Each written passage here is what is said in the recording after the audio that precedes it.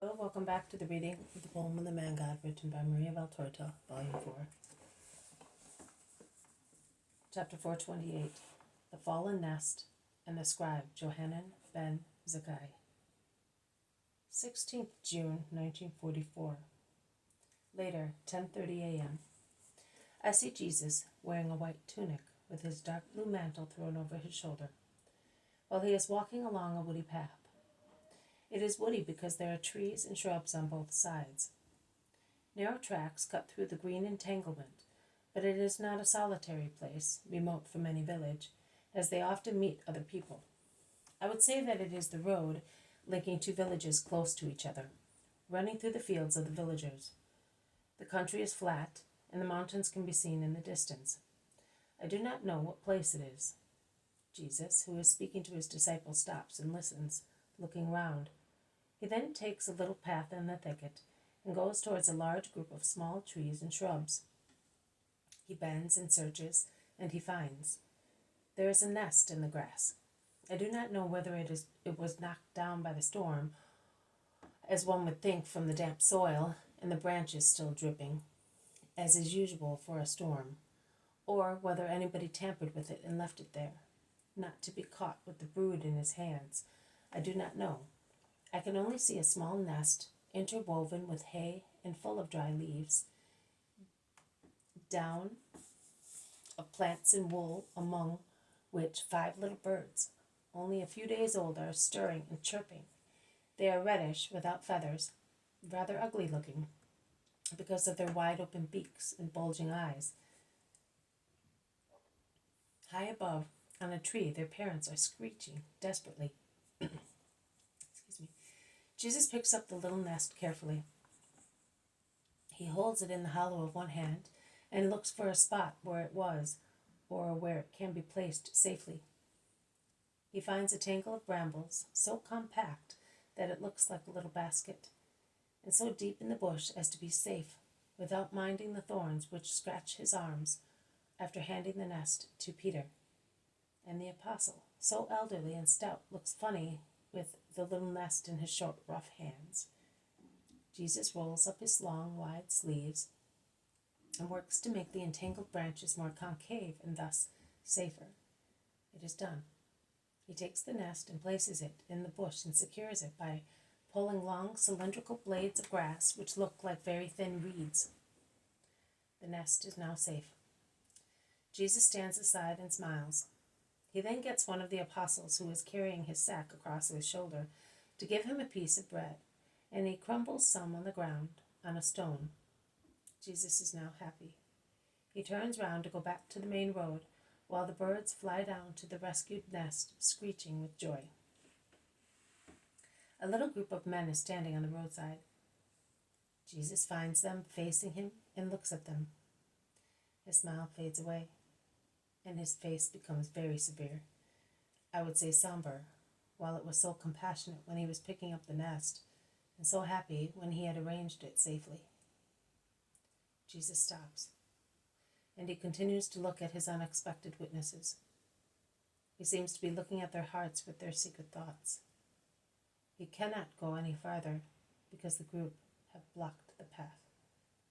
But he is silent. But Peter does not keep quiet. "Let the master pass," he says. "Be quiet, Nazarene," replies one of the group. "How did your master take the liberty of going into my wood and do manual labor on the Sabbath?" Jesus looks straight at him with a strange expression. It is and it is not a smile. And if it is a smile, it is not one of approval. Peter is about to reply, but Jesus asks, "Who are you?" "The landlord of this place, Johanan ben Zaccai, a renowned scribe. For what do you reproach me? For profaning the Sabbath?" "Johanan ben Zaccai, do you know Deuteronomy? Are you asking me, a true rabbi of Israel? I know what you want to tell me, that I, as I am not a scribe, but a poor Galilean, cannot be a rabbi. But I ask you once again, Do you know Deuteronomy? Certainly, better than you do. To the letter, certainly, if you wish to think so. But do you know it in its true meaning? What is said is said. There is but one meaning. True. There is but one meaning, and it is a meaning of love, or if you do not want to call it love, of mercy, or if it annoys you to call it so, say, of humanity. And Deuteronomy says, if you see your brother's sheep or his ox straying, even if they are not close at hand, you must not make off, or you will take them back to him. You will take them back to him, or you will keep them until he comes for them. It says, if you see your brother's donkey or ox fall, do not pretend you have not seen, but help him to put it on its feet again. It says, if in a tree or on the ground you find a nest with the mother bird sitting on the chicks or the eggs, you must not take the mother because she is sacred to procreation. You may take the chicks only. I saw a nest on the ground and the mother weeping over it. I felt sorry for her because she was a mother, and I gave her chicks back to her. I did not think I was profaning the Sabbath by consoling a mother.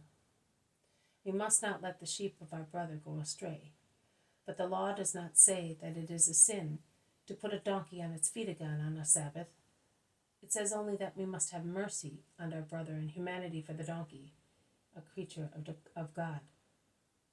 I thought that God had created that mother that she might procreate, and that she had obeyed God's command, and that to prevent her from bringing up her offspring was to interfere with her obedience to a divine command.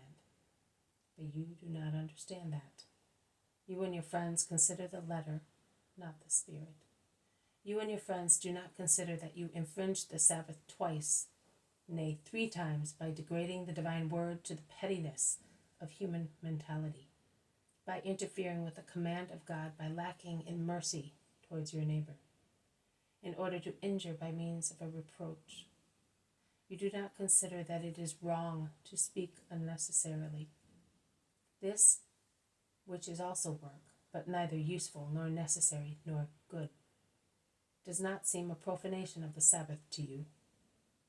Johanan ben Zaccai, listen to me. As today you have no mercy on a black calf, and according to a Pharisaic practice you would let her die of grief, and you would let her offspring perish miserably, left at the mercy of asps or wicked people. Likewise, tomorrow you will have no mercy on a mother, and you will make her die a miserable death, and you will have her offspring killed, saying that it is right to do so out of respect to your law, to yours, not to God's, to the law which you and those like you have made to oppress the weak, so that you, the strong ones, may triumph. But see, the weak always find a savior, whereas the proud, those who are strong according to the law of the world, will be crushed under the weight of their own heavy law. Goodbye, Johanan ben Zaccai. Remember this hour, and mind you, do not profane yourself another Sabbath with the satisfaction of a crime committed. And Jesus casts a fulminating glance at the irascible old man, whose face is red with anger, and looking down on him, because the scribe is short and stout, and Jesus seems a palm tree compared with him, he passes by walking on the grass, because the scribe does not step aside. Jesus says, I wanted to uplift your spirit with a true vision, even if it is not mentioned in the Gospels.